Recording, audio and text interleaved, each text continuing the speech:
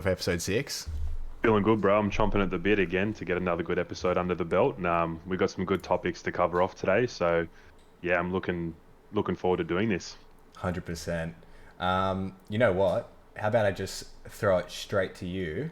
And I Yes. want to ask you some questions. I just want to get right to it because I think it's on everybody's kind of minds right now. It's all over league news, whole lots of shit going on, and it's right back to Ben Simmons.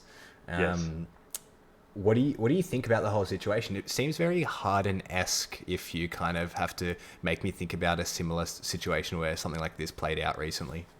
Mm. It's a tough one because Ben Simmons, for all my criticism, is a all-star. He has MVP talent, and in the right situation, he could probably be the second best player on a championship team. I can also say him being the prime playmaker on the right team as well, surrounding him with guys who can put the ball on the floor, shoot, create some plays, and so on and so forth. So to get back to it, and to your question, where we sit is Ben Simmons makes a lot of money. Ben Simmons knows he's good, and Ben Simmons thinks he's at a certain level where he can act like a superstar. Now, we're splitting hairs, but he's not quite that. And because of that reason, and because of some recent playoff struggles, we've got teams who see the upside, but also know who Ben Simmons is. So Daryl Morey's sitting there going, well, I'm not going to trade you for 50 cents on the dollar, but at the same time, you want to go. So I don't know, man. It's a really tough one. I'm kind of sick of the antics, but again, what I just said, I appreciate the talent. So I think it's a matter of one of the teams who are interested to raise it a little bit, or Sixers to come down a little bit to find that common ground. The question really is, what value is that, and who's going to play ball? So I personally, if I was a Sixers fan, a Sixers player, anyone around the organization, I don't want to see him come back, not because he can't play, but because you don't want that toxicity in a locker room to start a season. So I would anticipate within the next 7 to 14 days, Ben Simmons is dealt. But that's where I stand with it. Yeah, I think you're totally right. I don't think there's any chance that they're gonna get to a point where they start the season with Ben. I just can't see it happening because that toxicity in the locker room is never going to get you far, and they're going to want to avoid that as much as possible. I mean, and even if they did, like, he seems like the kind of guy that's going to, stick to his vices and probably not show up. Like, he Mm, won't train, he won't play. mm, He just seemed like, not that that's right, but it kind of, I'm looking at this whole situation like I definitely feel like he would do that. yeah. And so they don't want to be paying money for someone, like, even though whatever fines he pays doesn't, like, you know what I mean? Like, I don't know how it works, but I don't know. It just seems so strange. And I just wanted to note as well that, and I want to get your thoughts on it. How much of this do you think was created by Philadelphia? Do you think they like turned Ben into this? Mm. It's a hard one, and not to be a fence sitter, but I'd almost call it a 50-50 proposition from the sense of if we look at Ben's fault, he was drafted 5 years ago. He came into the league looking like a borderline top 10 player off the bat. We all knew that he needed to work on his jump shot and his offensive confidence. But even during Summer League, that rookie season, he was attempting jumpers. Yes, it didn't look the most graceful form, but he was making a couple and he looked like the kind of player on his way to stardom. Someone like a LeBron, Magic Johnson, Giannis, even though Ben is a lot more skilled, just that type of rangy, athletic guy who can play make. So in those years since, I'd probably call his rookie year and this year comparable. I know defensively and experience wise, he's a bit older and a bit smarter, but Mm. that lack of progression from year one to now is what has a lot of people in Philly, shaking their heads and saying, why don't you just shoot the ball? Why don't you just work on the parts of your game which are going to help you get to the next level and help us win a championship? But on the opposite side of that coin, some of the comments made by Doc Rivers and Joel Embiid at the end of that Atlanta series kind of just spelt doom for Ben. Mm. And even though I agreed with them, and even though I think it's true, probably didn't or shouldn't have been said. Like Embiid saying, we have guys passing up open layups. We can't win a championship like that. and Doc not commenting on whether Ben Simmons can be a championship point guard. Again, some people might say it was heat of the moment, move on, get on with it. That's an optimistic Philly fan, I'd say. You don't say that about your teammate with the expectation of them coming back. So I forget what the question was, but who's to blame more? I'd say probably 60% Ben, 40% Philly. Yeah. What do you think about that? No, I agree. Like, you can't. I've definitely been on the kind of like placing a lot of blame on the organization in terms of just their handling of it. Like, in terms of actually, let me reframe. I think mostly Ben to blame for his lack of development in the time that he's been like trying to develop as a player, right? In the last 5 years, like, we're obviously saying that he hasn't really progressed, barring some of those elements to his game that you mentioned. But where I think it's gone really wrong, and this is where I put a lot of blame on Philly, is that if Philly didn't make those heat of the moment kind of comments about Ben, and then they also didn't go like straight to the public around he's on the trading block, like, give us your best packages for him. Like, they were so vocal about the fact that he's available, and he knew that was like, that news was making the rounds, right? It wasn't a kind of secret. And so what that's led to is this, that action has specifically led to Ben being disenfranchised with his teammates, with the organization, to not wanting to play, to not wanting to train, to demanding a trade. And then now you've got this scenario where Philly aren't going to get what they want for him, if that makes sense. Yes. Like, yes. And Philly's done that, you know, like, as much as it's him, like, obviously not improving as a player, that led them to that situation, which is completely on Ben, but just them now probably getting bottom of the barrel, you know, assets for him is their fault. Yeah, it's a perfect poison with Ben, because such is the talent, you don't want to let it go for max return, and you want to hope that he gets there, and he still may.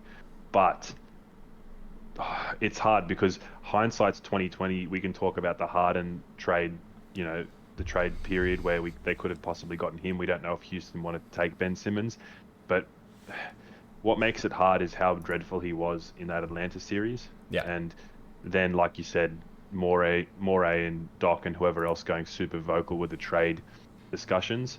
But I think even if they kept their mouth shut, I don't think teams behind the scenes would be lining up to trade for him. It doesn't help that although those optics around the discussion around Ben. But yeah, man, it's a tough time, and I just hope that Philly get some good return for that, and Simmons goes somewhere where he's happy, because he looks very, you know, self-righteous and stubborn at the moment, and I think it's a bit of a reflection on who he is as a person, but more so the situation he finds himself in. So hopefully everything works out.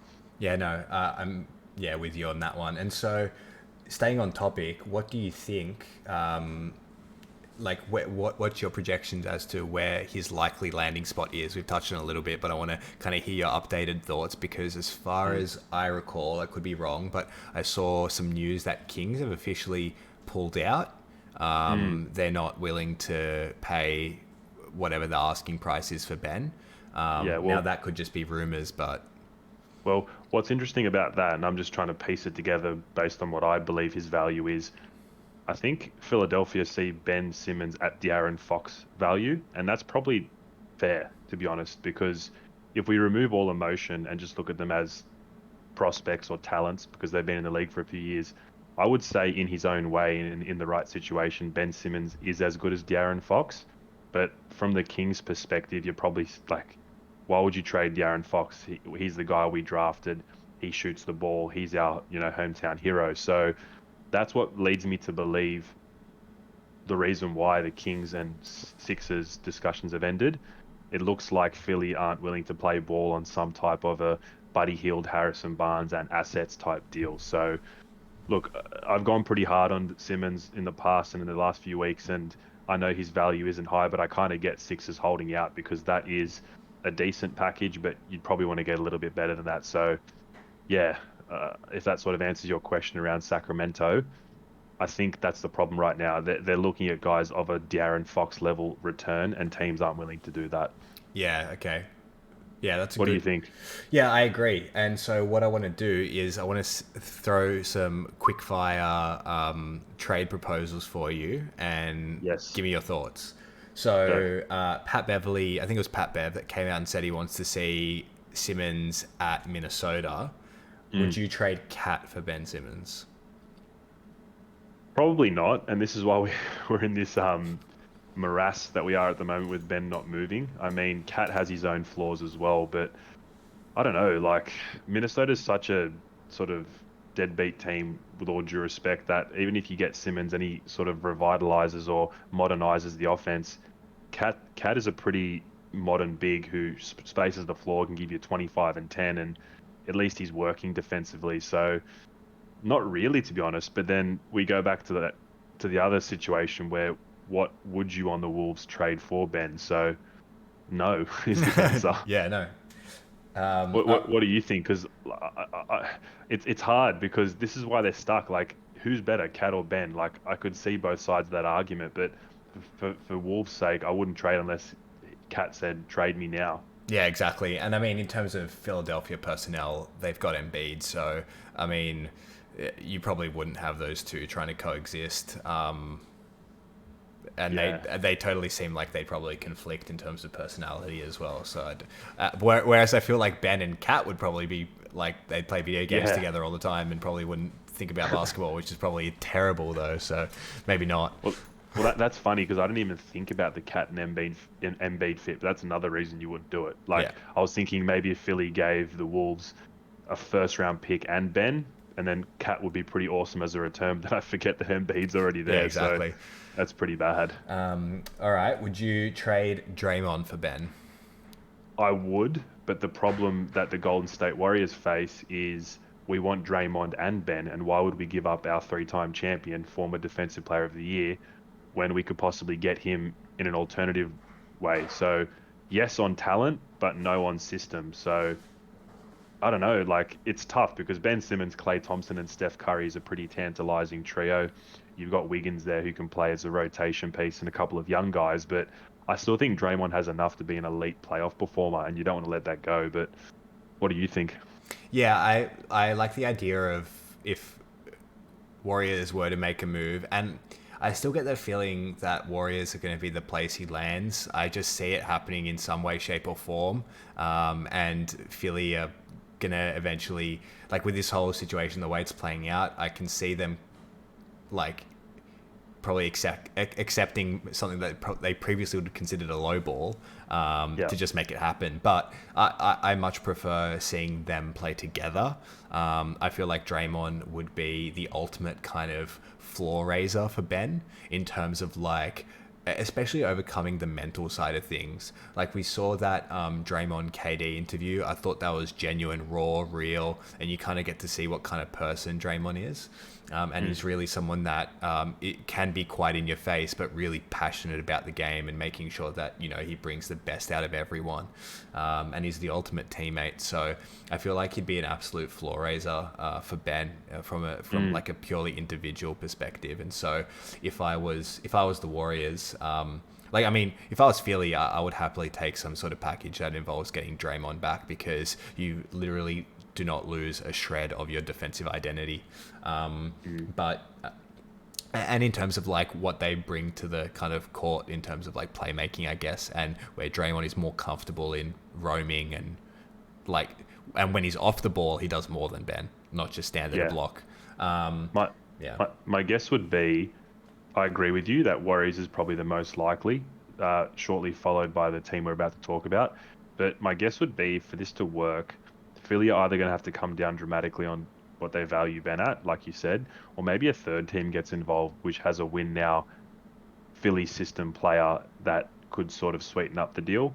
Obviously, it gets a bit precarious when you talk about three teams, but maybe Warriors send a couple of young guys, a couple of picks, plus whatever the third team can give Philly, and then that yeah. it works out in that kind of way. But trying to identify what team that is, good luck.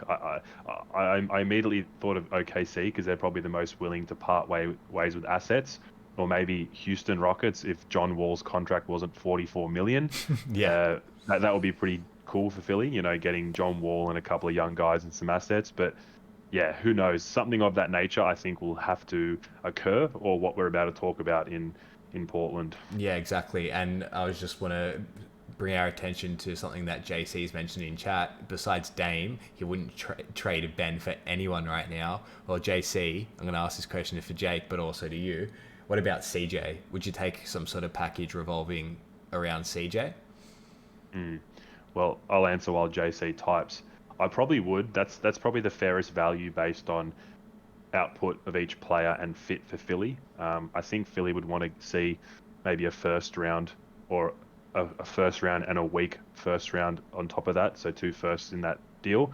There are probably some periphery players that you can part ways with in terms of what Portland gives Philly, but those particulars are a bit hard. But I would even do CJ for Ben straight up.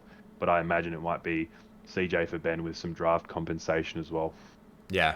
No, and I really like that for Philly, actually. I like it a lot for Philly because his answers a really big gap, which is, and they've gotten by with players like Seth, but Seth is not, earth shattering. He is very much plays his role, and I think he works best when all he does is need to shoot. And not play heavy minutes, whereas CJ is like, he's a shot creator at all three levels, right? And he's a bucket. And if it wasn't for injury, he was actually on par for his best season last year. Yes. So that was unfortunate, and I think he's a really, really valuable player. I think he'd go great in that system. But Yeah. no, you go while I read JC's comments.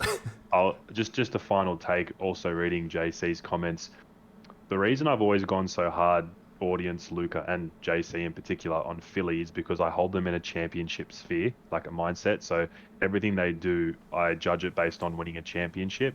But unfortunately, and maybe fortunately for my takes in terms of pro Philly, but unfortunately for my expectations, I'm kind of growing on the idea of Philly keeping Simmons minus the head noise and locker room toxicity, because if you're not going to win a championship this year, I can kind of see why they're not moving him for CJ or 75 cents on the dollar or whatever the case may be, because he's locked in for 4 years. And if you're not going to win this year with a move that will elevate you to a Brooklyn Nets standard, I get it. What's the But point? Yeah. it's just such a tricky situation because he doesn't want to be there now, but it's too late to mend fences. But if you get CJ, are you really going to win the whole thing? And what's the whole point of doing that? I guess there is a bit of positivity to getting CJ because he's locked up for 4 or 5 years, I believe. But it's just so messy. Like, this is why we and ah when we talk about it. But as JC just co-signed on my comments, preach. If you're not going to win this year, I get it. But I'm more of a Pat Riley swing for the fences kind of guy. But I do get it. Yeah, no, I definitely get that perspective as well. The only concern that really stands out again is whether you're going to be able to wash away the toxicity and the kind of clusterfuck that's been created. And you unfortunately need Ben to do that. You can't. It can't be one-sided in that sense. Like Philly, if they don't trade him and they decide selfishly, which fair enough, like you're the organization, you're selfishly going to decide if we're not going to get a package in return that's going to elevate us, then we're going to hold on to the asset, which would be fine, but you need a willing party. And at the moment, Ben seems like he wants nothing to do with the organization. So your hands are kind of tied as an organization. And the beauty of the NBA is these superstars are one bad week away from saying, fuck you, trade me. So the two names that come to mind, one that JC mentioned is Dame. I think the Larry Nance move kind of got him off the cliff for now, but I could easily see Dame just saying, all right, this is enough. And the other guy is Bradley Beal. So those are two players I would trade Ben Simmons for in a heartbeat. But it's just a matter of if they say, I want to leave now, because both franchises, in particularly Washington, have done a really good job of trying to settle their players' mood and go into the season at least trying. So we'll see. Yeah, we'll see. We'll have to see how that plays out. But enough on Ben Simmons. That was a good cheeky 20 minutes on Ben. I want to talk about some other off-season moves that have happened. Just really quickly, get your thoughts, and then we've got a few kind of interesting things to chat about. So, Sure. firstly, what do you think of what the Nets have done? So I'll just rattle it off for those of you watching. The Nets traded DeAndre Jordan over to Detroit for Sekou Doumbouya and Jalil Okafor. There's some other particulars in there as well around picks and cash. I think it was something around the $6 million range or something like that. Essentially supporting what Detroit was going to do in buy out DeAndre Jordan's contract. And then DeAndre subsequently moved to the Lakers and signed a deal there. So essentially what the Nets got was for DeAndre Jordan was Sekou and Jalil and cleared up about $47 million in salary and tax. What do you think of the Nets moves there? And then what do you think of subsequently DeAndre moving on to the Lakers? Dude, the Brooklyn Nets, and for anyone who's in this field at the moment, they're literally the cryptocurrency of the NBA in terms of they are just skyrocketing. They're 200, 300, 400 Xing every time I look at them. Every time I check in with the team, they've made another move which just makes complete and utter sense. An absolute A+. I don't know, did we give them an A+ in our off-season rankings? We did give them an A+. Yeah, it doesn't get much better. Add another plus. They've just traded DeAndre, who, again, another guy I've gone really hard on. He's athletic, and when he tries, he's a serviceable big man. Nothing of the former DeAndre Jordan that he was in the Clippers. They got rid of him and that $47 million, which is so pivotal, which you mentioned, and getting back a guy in Sekou Doumbouya, who I think is a very elite prospect. How far he can go, I'm not sure, but he's long, he's athletic, he can shoot the ball. And I know I say those things a lot, but he's genuinely a super long, strong, shooting, slashing type of player who's going to fit perfectly in the Brooklyn Nets system. I compare him to what Jeff Green was, but you're getting a younger, better version of that. And Jalil Okafor, that's nice. He's someone that is good for a body in case Blake gets injured, in case Claxton gets injured. So, yeah, man, look, without going too preachy and praisey on them, I haven't even mentioned Aldridge. Yeah, I was going to say the next thing. Aldridge in, Elise Johnson out. Yeah, they're just killing it. Like, I feel like Lakers are doing good in their own kind of way. They're not doing the home runs that Brooklyn are, but they've got their two superstars, and it's shown to have worked in the bubble. But Brooklyn, man, health is the only thing stopping them right now, and I can't believe a team has been able to maneuver and flex the way they have to get all these players into this roster. But it's insane, bro. It's crazy. Yeah, no, I totally agree with you. And one thing that I would want to touch on just there at the end is Aldridge in and Elise Johnson out. And Elise actually went and signed a 2-year deal with the Bulls. And the Bulls actually just moved Laurie and Thad. So they needed some power forward depth. And I actually think Elise has been a really strong per minutes player, and he's actually put up some gaudy numbers when he does get time on the court. So I actually think that's quite nice for them. Like it didn't hurt Brooklyn. Like obviously, like they, decided to go with Aldridge, which fair enough. Like the guy's a 6-7 time All-Star, hungry, keen to play, and he's still going to give you a bucket. And he's one of those more traditional back to basket players, which will be nice for them. But I actually really like Elise at Chicago. I don't know what your thoughts are there. Look, to be honest, I've seen Elise a couple of times, but not enough to have strong takes. But unless you had something to say there, could I make a quick segue onto Larry Nance? Yeah, 100%. Yeah, sorry. I want to mention this because I find it fascinating. Chicago are building what they think is a team which is going to convince Zach LaVine to stay and sign a supermax, which, all power to them. The last 6 to 12 months, they've signed DeMar DeRozan, who's a potential 20 to 25 point non-defending player. They signed Vucevic, who we both love, who can give you 30 and 15, but isn't a defensive type player. And then they signed 2 guards who can defend and shoot and be serviceable, and I like them, but not give you that X factor that you're looking for to be a deep playoff team. So I am starting to question Chicago's roster construction to convince Zach to stay, especially when Larry Nance, a guy who can catch lobs, throw it down with the best of them, one of the best forward defenders in the league, can guard Giannis, KD, all these types of guys, not stop them, but guard them better than most or one of the best in the league. Why they didn't just do Markkanen for Nance straight up. The money's similar, and it would have been a very clean swap, and I would have liked to have seen a younger version of Thad Young on the Bulls to help LaVine Yeah. and to sort of fortify that front court. So that was a very interesting wrinkle to that whole three-team scenario. I'm not sure what the deal was around that, but Portland came in and swooped basically by giving, I think, a couple of picks. So that was crazy. I thought Chicago could have definitely used a guy like Nance, and he would have fit well with Vucevic. Yeah, no, that's a really good point, and I didn't really consider it from that angle because I was just so impressed with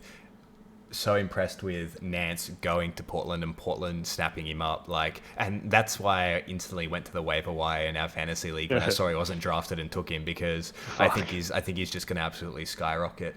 I thought he was at Cleveland when you said that. I was like, yeah, you can have him, bro. It's all yours. I was like, dude, nah, man, he's at Portland. You're like, shit. Damn.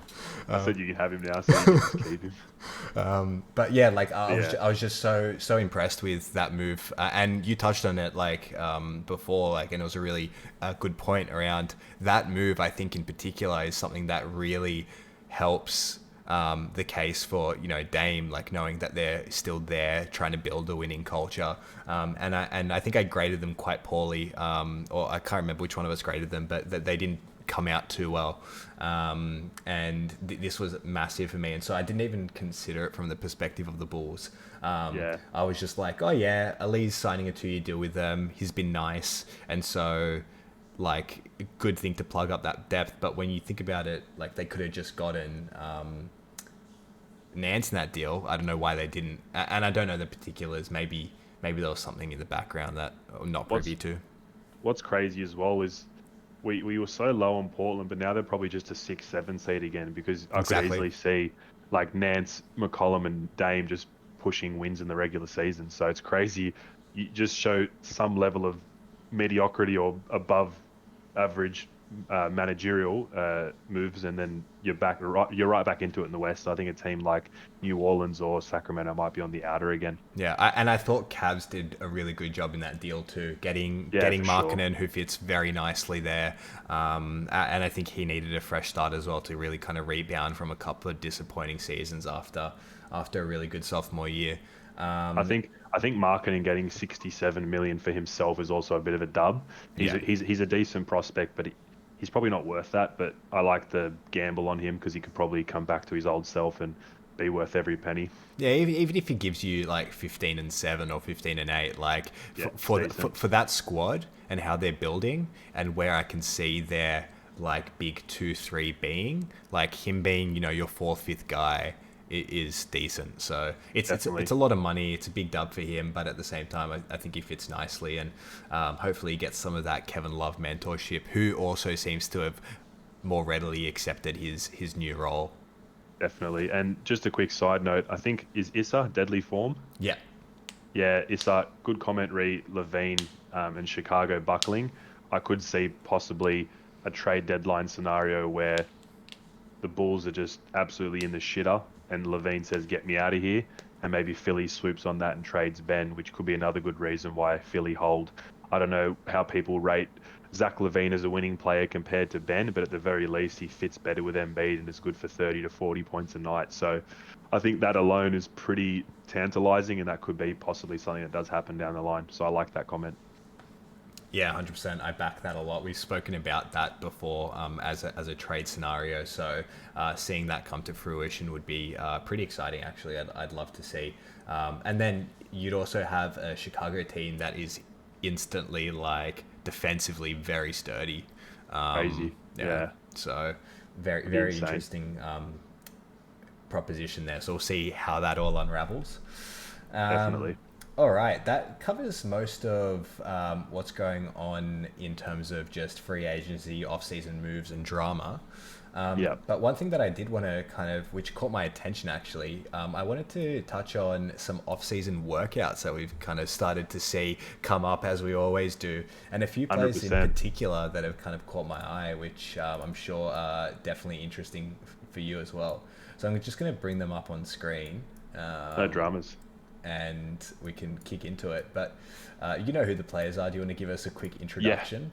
While Luke is doing some configurating, yeah, it's just a video that I saw the last couple of days, and most people who are basketball fans would have seen it. It was Bradley Beal, Zach LaVine, and Jason Tatum doing some off-season 5-on-5 scrimmaging, and I was just so amazed that obviously these guys are professionals, but how much better they look season on season. They're all glistening in sweat, just absolutely putting in work and shooting nothing but net and just attacking the basket. So we'll shortly get this up. But along these clips, I just wanted to talk to you about your opinion, Luca, on, who you think, well, we'll let you play it first, but who you think's looking the Because just the other best day, and Zach. some takeaways from a couple of moves. Like, I don't know about you, bro. Zach LaVine is looking silky. And, dude, I'm always getting on him for his defense and his playmaking, but his work ethic and the way he gets better, like, give me something. Like, talk to me about Zach. Look, I've always been a big fan of Zach, and we've spoken about it before in a bit of detail around, like, you may not consider him a winning player, like, especially from some of those defensive breakdowns and just obviously like some of his deficiencies there. But the thing I love about this guy is he consistently works, and he always plays the game with, 150%. Like, even though he's not the best defender, he'll give you effort on defense. But more importantly, he's continued to evolve his game. And like you say, he's looking silky smooth. He came into the league and started, like, originally just started to be known as a high flyer, dunker, get to the rim slasher, and just slowly but surely has stretched his game out in the right way, where he's lethal from beyond the line if he gets going. Like, and I had him that year in fantasy where he'd consistently give you, 8 of 10, 8 of 11 from 3. And so just the fact that he's continuing to develop his game in that way, like, I love that. I love that in a player, someone that's just grinding. So, that's the big thing for me, just his attitude and the way he's developed his game. I love him, and I think he's everything mechanically looking clean. Like, we're seeing, like, look at that. Like, Right. Also, just a quick side note, I co-sign everything you said with Zach. Bradley Beal's footwork and like speed of movement and finishing cleanliness is just, like some of those moves, like if you rewind a bit, just to sort of attack step back type jump shots, and man, it's actually crazy how good some of these players are looking. I saw Dinwiddie there as well. He's looking real nice again. Just a crafty little veteran. And my boy Tatum, there like he is. I'm trying to just like reserve my comments on Tatum because I'm gushing. Like, I'm looking at a future league MVP, a guy who not many people realize he's 6'10" and he moves like a gazelle. He's got a KD like game. Here he is now, just like off the dribble, step back, under the legs, swish. Like, man, I don't know. Like, I just love this video and some of the talent that I'm seeing on the court out there. Yeah, 100%. I like your little spot of Dinwiddie there. It's really good to see him. I think probably intentionally Brooklyn just didn't play him. I don't think he probably needed to sit out for the entire season, but they played it safe with him and got something in return in that sign and trade. But I think he's going to be really nice for Washington.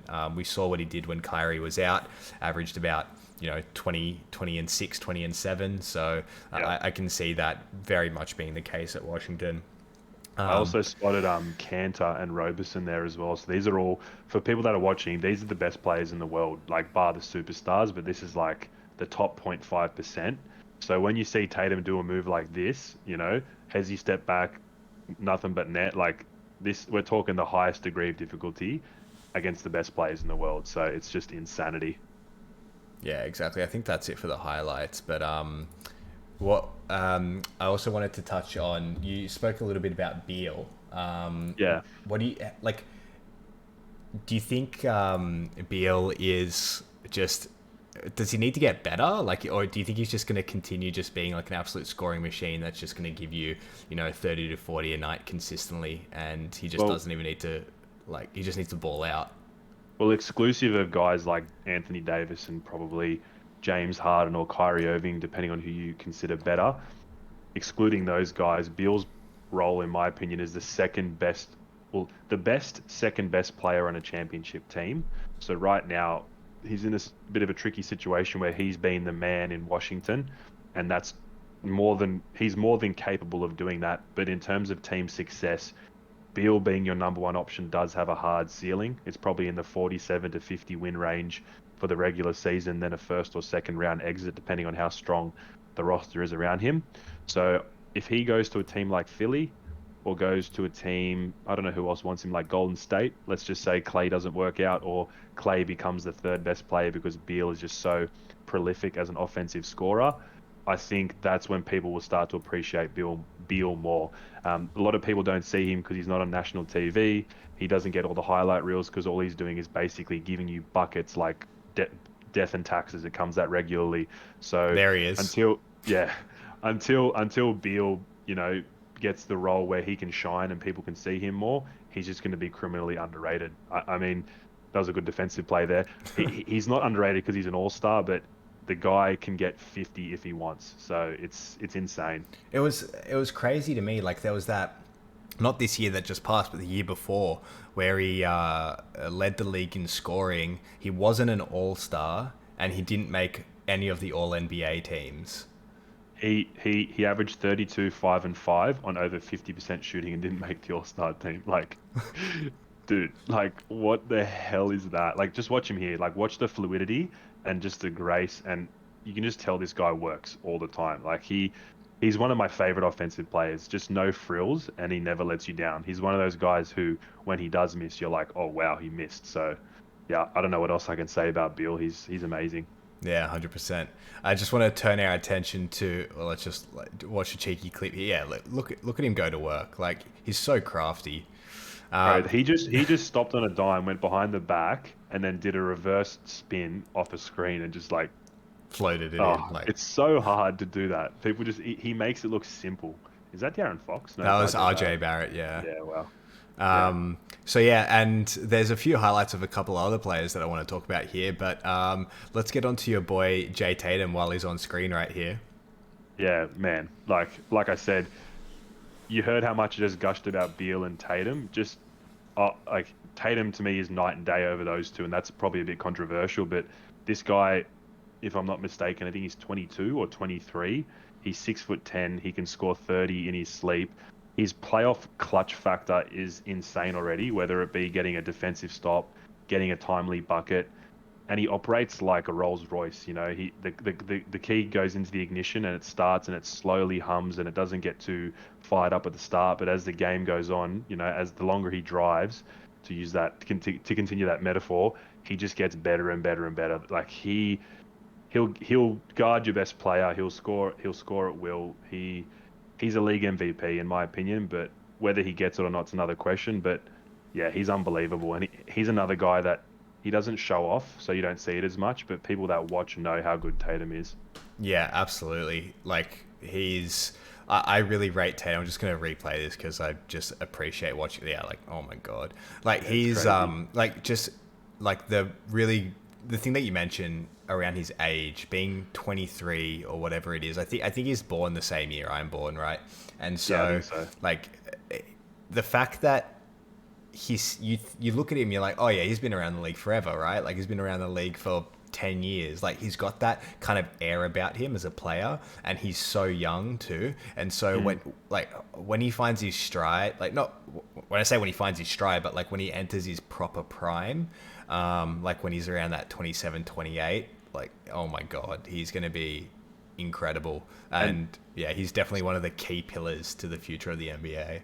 And I was just going to say, if we track his career, his first year was the year Kyrie went to Boston, but he was injured for the majority of the season, and Tatum had that gruesome ankle snap, sorry. So Tatum was able to sort of, go through the rigors of the NBA season. He had his ups and downs, but he had that really pivotal playoff series where he went head to head with LeBron in the 2018 Eastern Conference Finals, and Tatum. Like that's where I fell in love with him. Maybe it's because he did it against my boy LeBron, but I saw a 19-year-old or an 18-year-old with no fear in the Eastern Conference Finals in a packed, Boston Garden, bodying LeBron James in arguably his best statistical season and physical output season of his career. LeBron, that is. So when that happened, you knew he was destined for big things.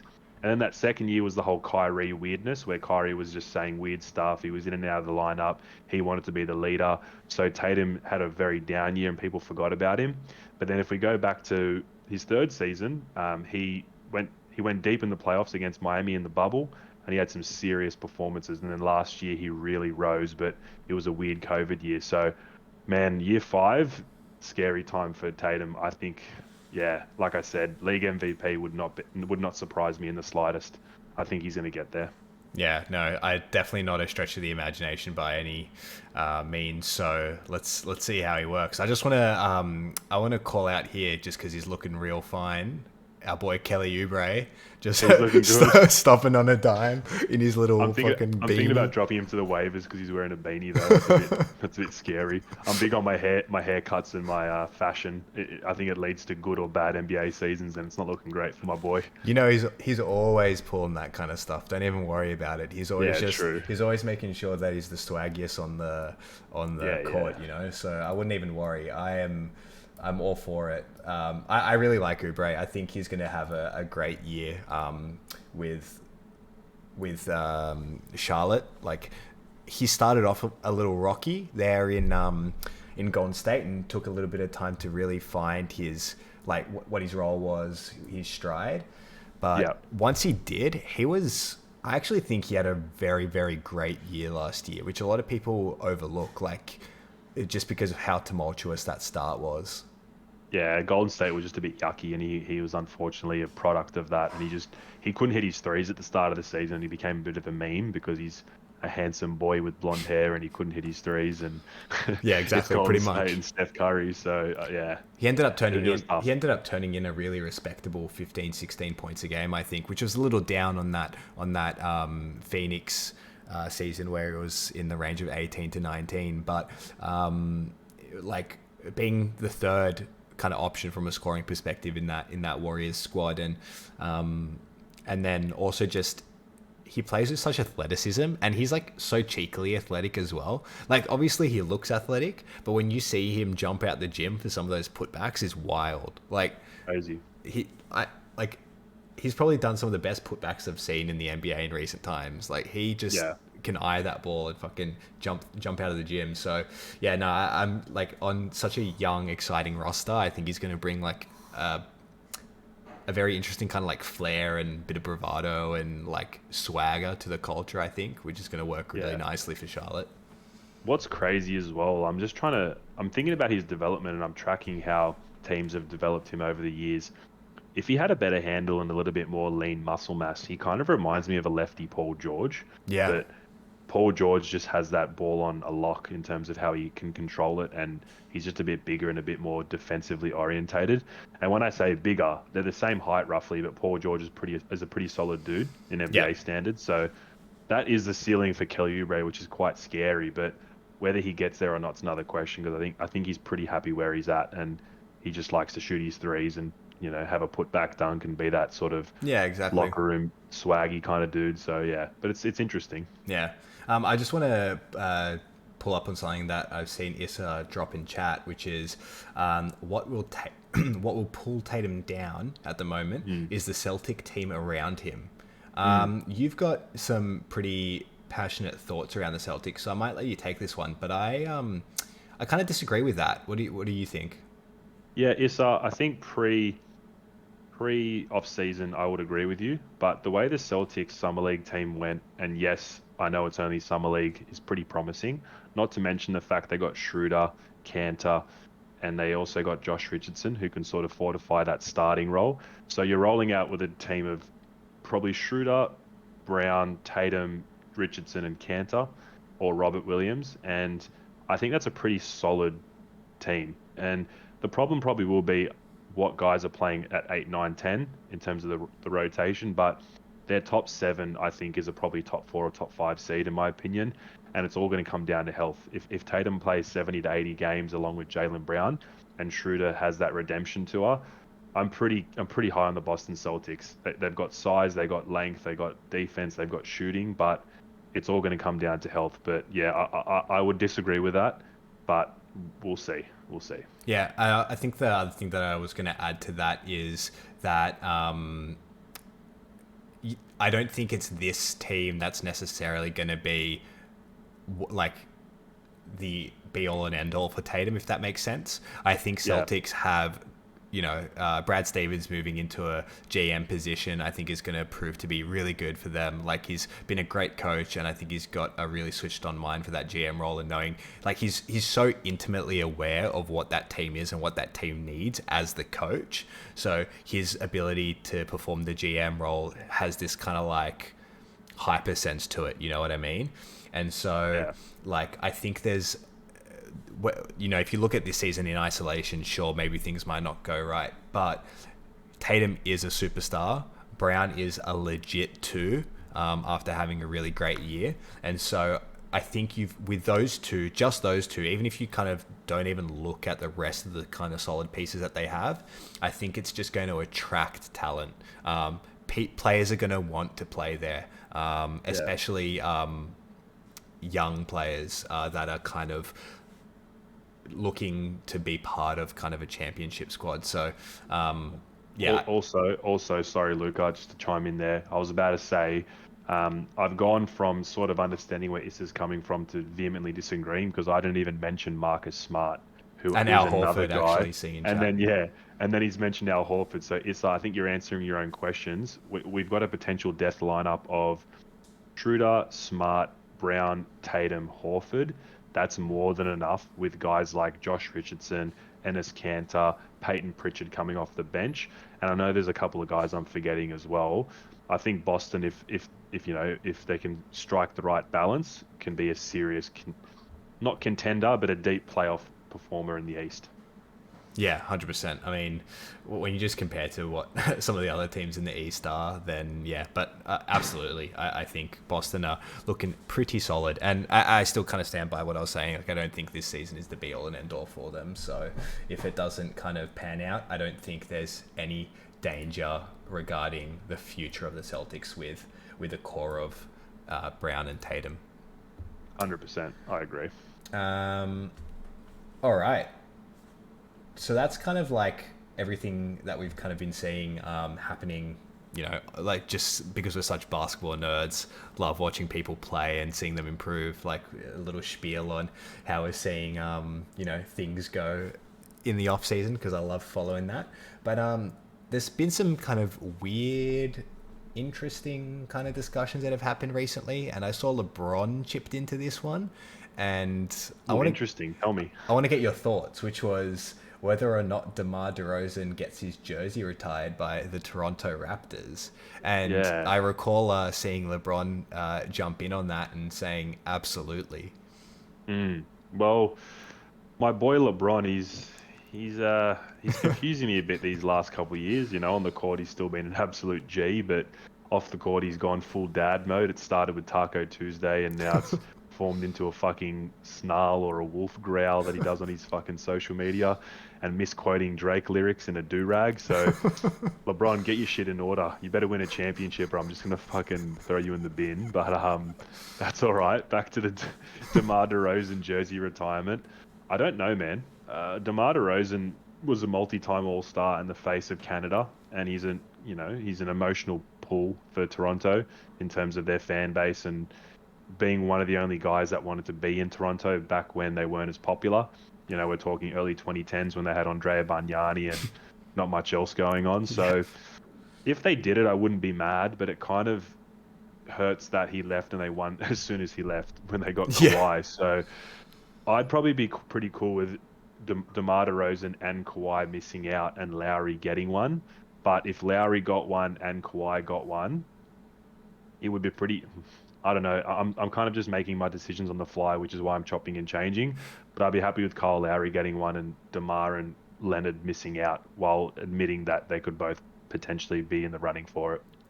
Yeah, it's a good shout. But I also look at it from the perspective of, like, how do you kind of decide whether or not you retire someone's jersey? Like, that's a pretty big thing, right? Like, you're pretty much solidifying in, your team's history that no one can wear this number because, you're never going to find anyone better or more special than this player, right? Yes. That's the kind of way I see it. And so do you think there's like a minimum like criteria you need to meet? Like, or is it so case by case? Like, obviously there's, certain situations where, emotionally something might happen, for example, I don't know, the untimely passing of a player or something like that. That was huge for the organization. I don't know, I'm just spitballing here. Like, these are things that might emotionally play into why you retire a jersey. But if none of that kind of stuff comes up, like, do you think what he's done as a Toronto Raptor is enough to warrant like such a thing? Well, I'm looking at it now. He played for Toronto for 9 years, and I was thinking to myself, well, if he made 6 or 7 All-Stars, maybe we can start to have a conversation. And it felt like he did do that, but he only made 4, which is still no mean feat. And I'm pretty sure, if correct me if I'm wrong, I think from 2013-14 up to the 18 season, so 5 seasons, they made the playoffs. So we're talking about a guy who was probably good for 20 plus a night, made 4 All-Stars in 9 seasons, and had the Raptors as, at times, the second best team in the East behind the absolute Thanos that was LeBron in his prime. So I don't know, man. I've got a pretty strict criteria when it comes to this sort of thing. I'd say he's not statue worthy. I think statues should be reserved for people who are either the best players ever with the hardware to boot, with championships and MVPs, or someone who was there for so long and left such a cultural and basketball impact that you can't not have him. Even a guy like Kyle Lowry, who was there for, I think, over 10 or 11 years, made 7 or 8 All-Stars and won a championship, that's probably scratching the surface of a statue. So I'd probably go hard pass without being too cutthroat on DeMar. What do you think? Yeah, 100%. Like, I mean, hard pass on statue, absolutely. But when it comes to like the jersey as well, I don't know. Like, it's a tough one. I can see it from like the emotional side of things, and when you break it down in terms of like what he meant for the city and stuff like that. But at the same time, like, I always come back to like, the hardware to boot, impact, while you were there, like what your personal accolades were, and he kind of just falls short in all those different areas. Yeah. I don't know. It's an interesting one, but that's also got like me thinking, like, which active players do get their jerseys retired and where? Like, So we'll talk about is it a big jersey, not list? statue. We'll talk about jerseys first, and then we'll add some statues later. Well, I actually didn't prepare for this, but it's going to be easy enough. If you just go from the top to bottom, Cleveland, Miami, and Lakers are going to retire number 23 for LeBron. He's a top 2 player of all time. I don't think it's a debate at this point. I mean, if you have him top 3, Miami's we can already probably... retired 23 for Jordan. He had to play 6, Oh, well. so they will retire 6. Sorry, 6 for Miami. Thanks for just daggering my heart there with MJ. Nah, good point. They'll retire 6 in Miami. The real question, actually, now that we're speaking of LeBron, and it's very interesting, and I know you're going to have some fucking spicy takes on this. Do the Lakers retire 6 and 23, or is that an overkill?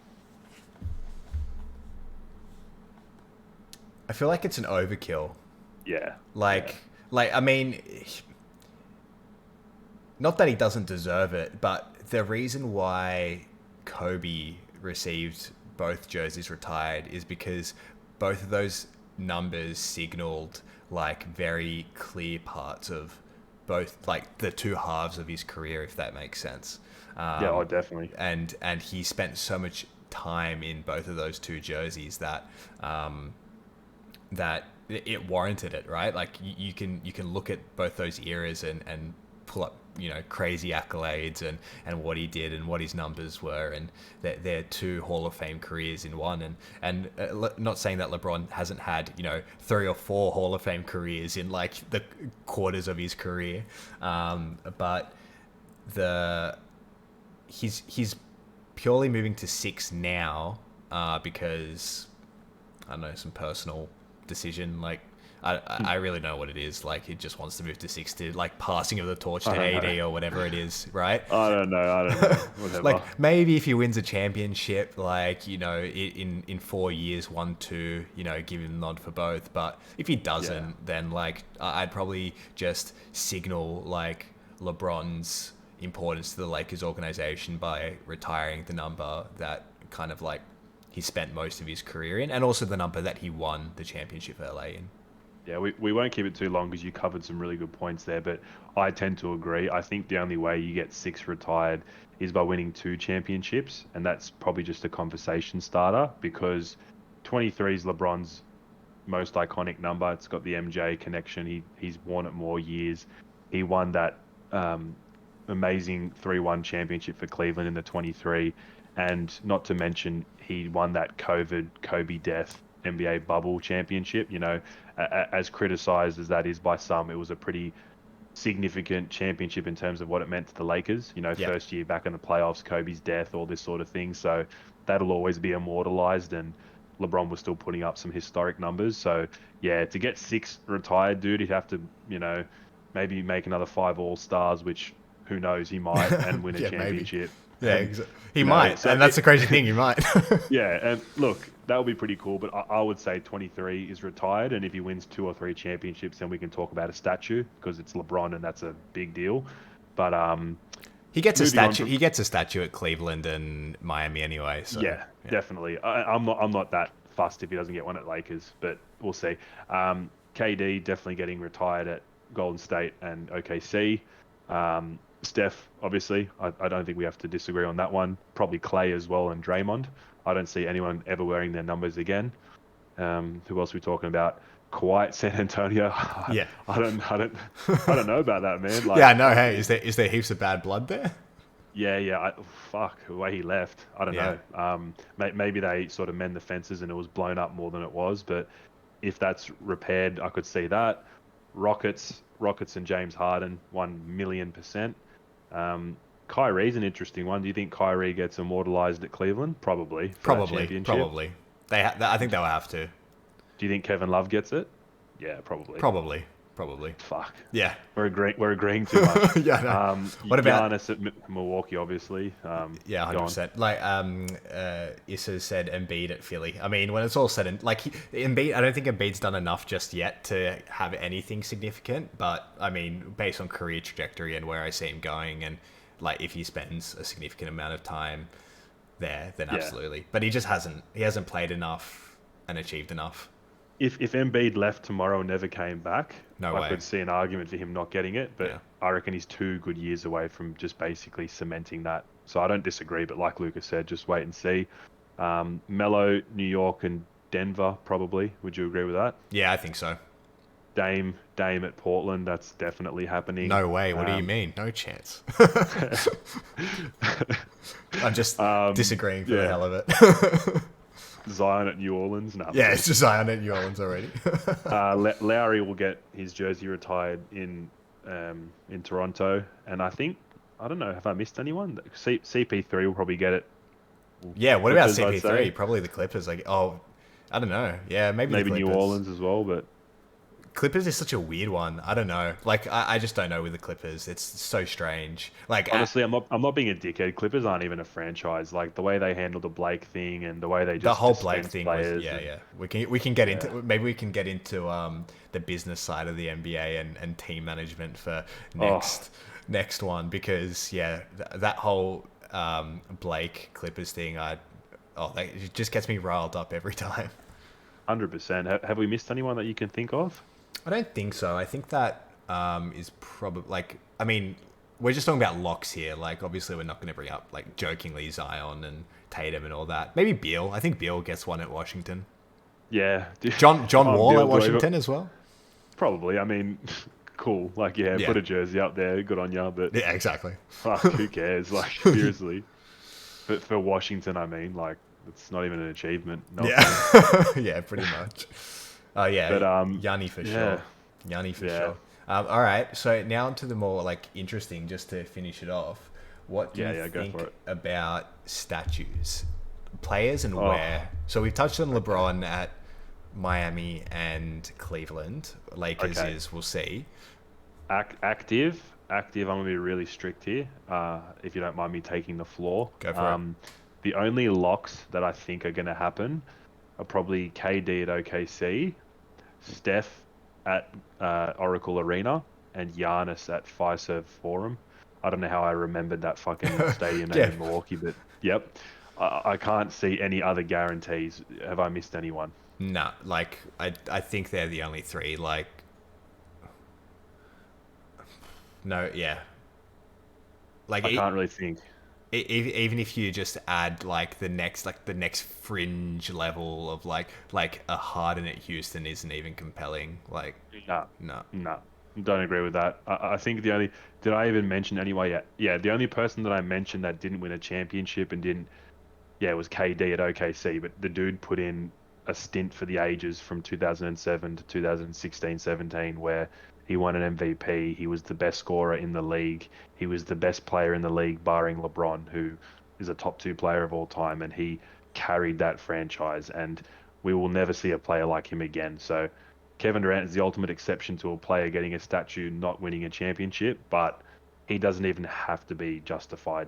Like, and then Curry, obviously, he's literally the face of Golden State. So yeah, exactly. What if Brooklyn win a couple? Do you think you have someone like KD immortalized at Brooklyn? I think so, but it's a bit of a funny one because Brooklyn doesn't seem like the team that has enough history for that to be significant.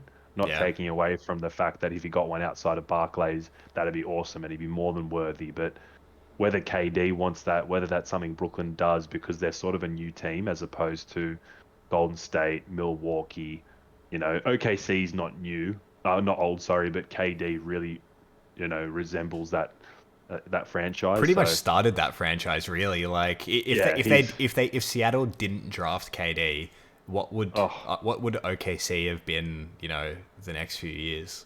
nothing. But those three drafts in a row, they got Harden, Westbrook, and KD set them up for literally Unreal. them existing right now. Without them, they're nothing. So If they you didn't, could talk me into I was gonna say if they didn't make those picks, I don't even know if OKC is still an organization. Probably 100%. back to Seattle.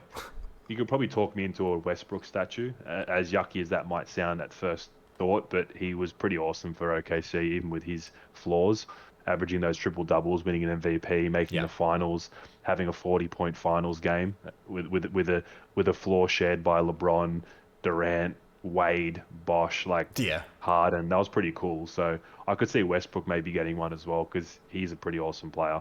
Yeah, no, 100%. Yeah, as egregious as it might sound, just off face value, I actually don't think it's that bad of a take. So maybe Russ is the only kind of player that sits outside of those four Yeah. guys that we mentioned that maybe get something, but we'll have to see. Issa just mentioned, speaking of OKC, do you think they can repeat something similar like that with all their picks? Um, I have a couple of takes, Luca.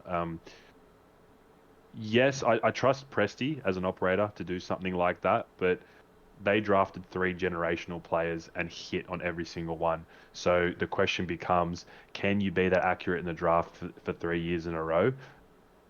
It's the draft is a bit of a crapshoot at the best of times. Obviously, you have key indicators which help you refine down to a player who you think is going to be the best. But the question will be, can you be that accurate, as I said, and will there be players of the ilk of a Durant, Westbrook, and Harden? Those are three top 30 players of all time, maybe top 40. So I don't think so, but I back OKC to get back to relevance. Yeah, 100%. I totally agree with that. Like, and even some taking someone like Russ and Harden, like even then, you know, those guys perhaps not necessarily like it could have been like you say a crapshoot where you just take Russ because he's super athletic and you like Mm. just the way he plays the game and he turns out to just be an athletic guard that doesn't quite produce, which like is not out of the realm of possibility.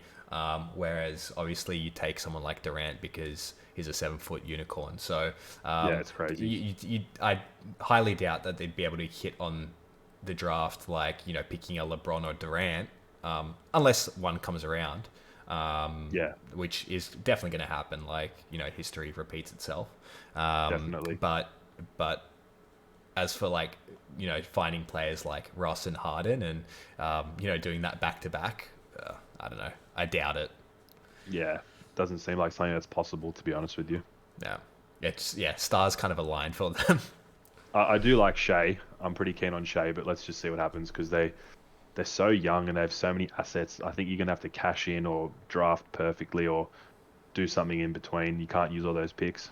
Yeah, exactly. I don't know what they're stacking them for, so hopefully like Shea it really does pop off, and then they've got a bit of a culture there that players want to buy into, and maybe they've got heaps of assets to make something happen. So, yeah, While we're sort of wrapping up, we might have another topic or two left. People in the chat, if you guys have anything you want us to cover for 5 minutes, let us know. But we still have a bit of fat left in this, this last segment. So just let us know if you have anything you want us to talk about.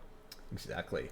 So, kind of last segment really, and or a couple of segments, but just some kind of mock trade ideas, and just some stuff that we could potentially see happen around the league. Yeah. And I want to hear your thoughts on them. So maybe we can go back and forth on these ones and give our takes on it. Yeah, sure. So I'll give you one and give me your thoughts. So, would you trade Christian Wood for Dwight Powell and a 2025 first round pick, which is top 10 protected? So that would be, where's Dwight Powell at the moment? Dallas. So that would be a Dallas top 10 protected, which is likely not going to be top 10. Where's Dwight Powell at the moment? Yeah. That's so good. Fuck knows, buddy. Brother, I picked Dallas first in the West, so I had to bring this one to the table. But all jokes aside, Christian Wood's a much better player than Dwight Powell, but I think for Rockets, it's that 2025 first round pick. Maybe if Dallas makes it unprotected, it'll seriously entice them to do this. But again, 4 years is a long time. You might not want to give up that type of protection in case shit hits the fan. Luka leaves. But back to the trade itself, I could see it happening, and I think Christian Wood on Dallas would be pretty interesting. Having that unicorn sort of front court with Porzingis and Wood, or Wood being injury insurance for Porzingis. I think that's the kind of player that would really gel well with Luka. So that's kind of why I wanted to include it. But I could see it happening, honestly. And as much as we like Christian Wood, he's not the biggest name on the market. I don't think people will cry in Houston if he goes because they have so many good young players. But I don't know, maybe you think Wood's even better than what most people think he is. But yeah, I could see it happening. Yeah, 100%.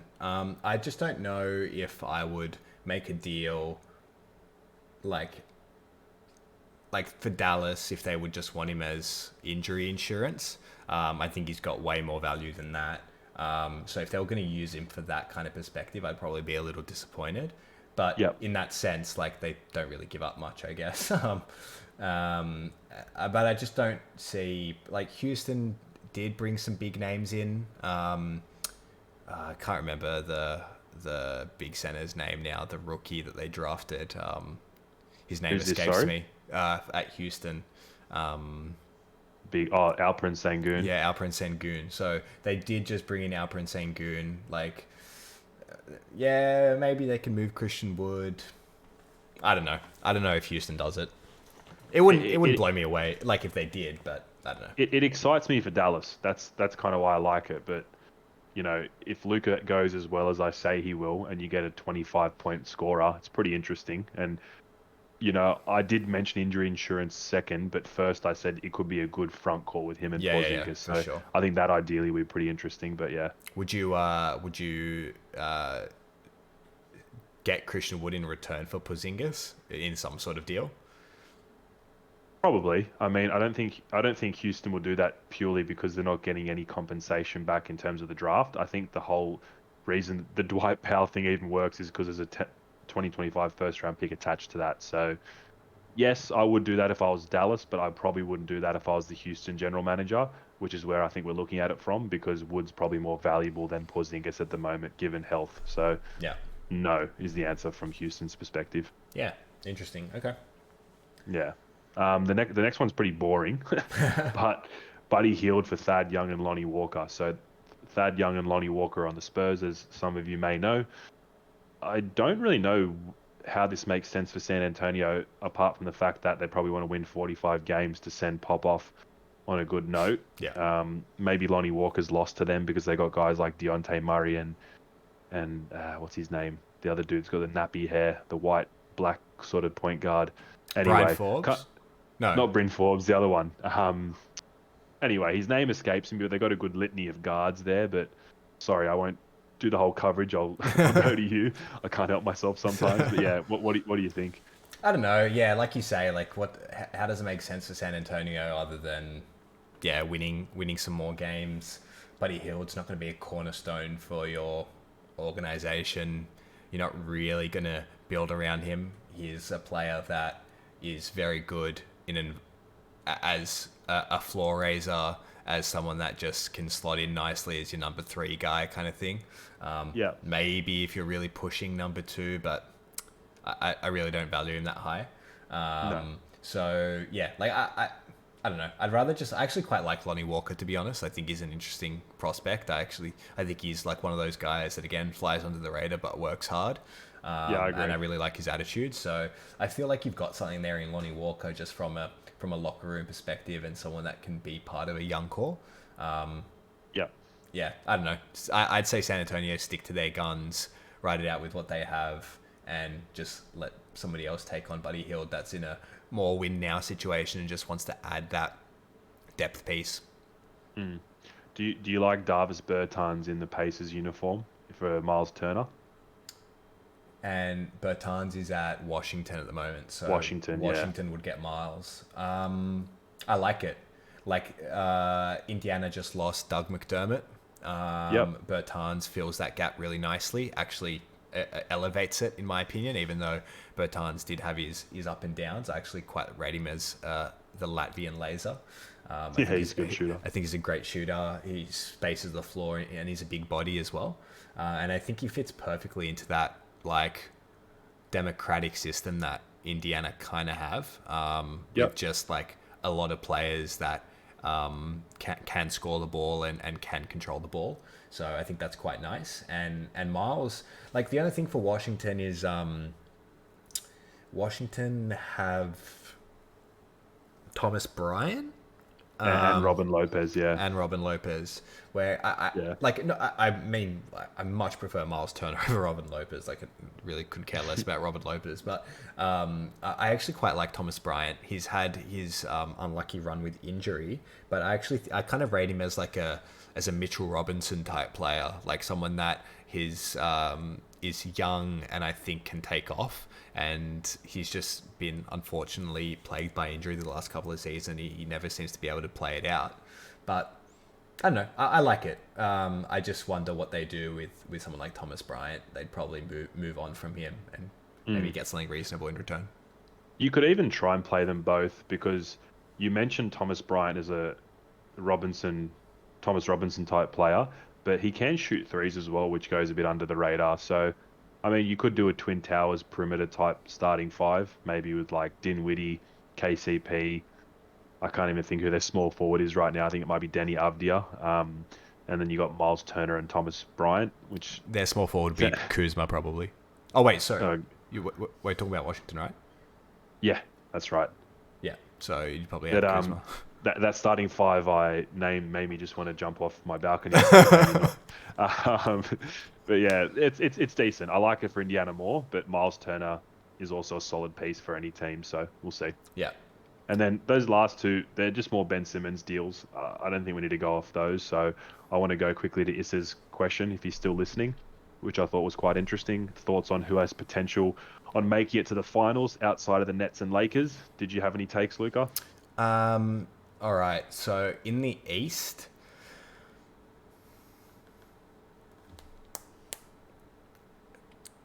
crickets. Look, I personally don't think, if health permitting, like I don't see the Nets not going to the finals.